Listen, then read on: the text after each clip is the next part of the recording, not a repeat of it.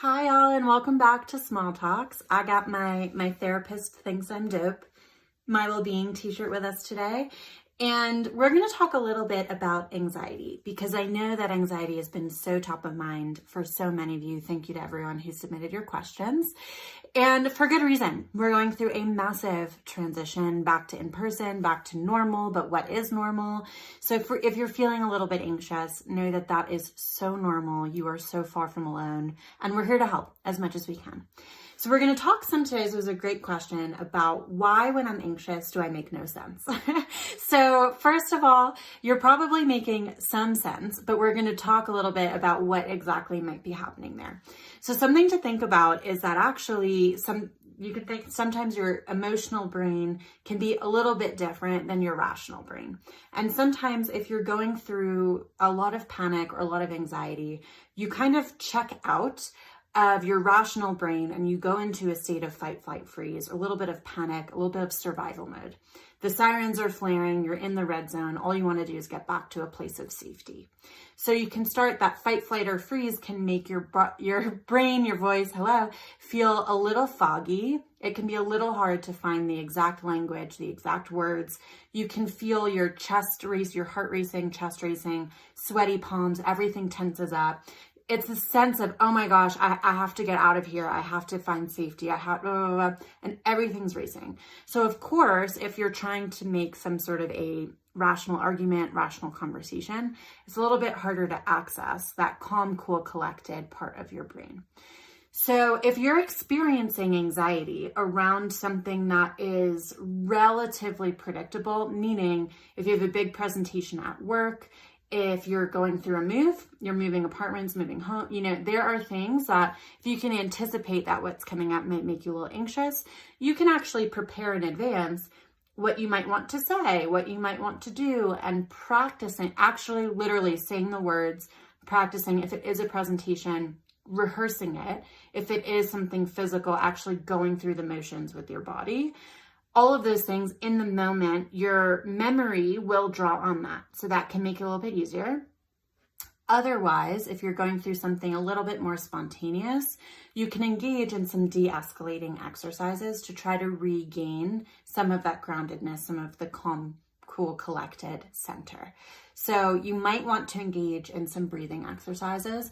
One that's relatively easy to remember is box breathing. So you can do 4 seconds in, hold for 4 seconds, 4 seconds out, hold for 4 seconds, and repeat. And you may want to actually trace a square on a table, on the floor.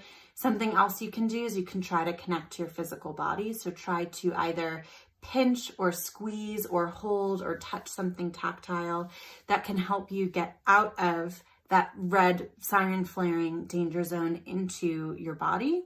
You can also engage in activating both sides of your brain, which can help calm and ground you. So this is called a butterfly hug. And if you see my arms, you can do alternating taps. If you're in a place where you want to be a little bit more discreet, you can squeeze one hand and then the other in your lap, or even sitting, you can tap your hands like this ever so slightly, or you can tap your feet ever so slightly, and alternate for a couple minutes. Generally 3.5 minutes or more should be really helpful for you. So just know that there is nothing wrong with you. It's actually a survival defense mechanism. It's a biological effect that can have on all of us as humans who just want to get to safety, who just want to survive. And you can start to practice some of those things proactively so that when you're in that moment, you have your toolkit that you can draw on. And of course, it would probably benefit all of us to regularly, proactively talk, process, unpack with a therapist so you can start to see what are some of the patterns and some of the things that bring on some of that anxiety. What might be happening under the surface there? What might you want to partner around planting seeds around learning or doing about it?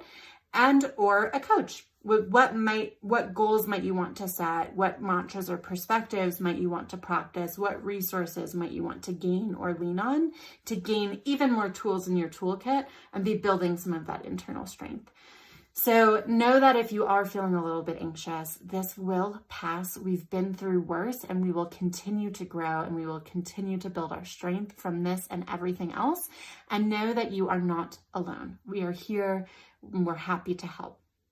If anyone listening today has tips or tools or perspective that I did not mention, feel free to comment them here. You never know who you're going to help and support with your own lived experience.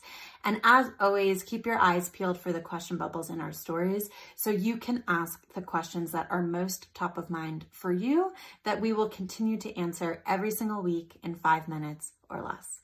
Looking forward to seeing you soon and wishing you a wonderful, calm and grounded rest of your week. Bye for now.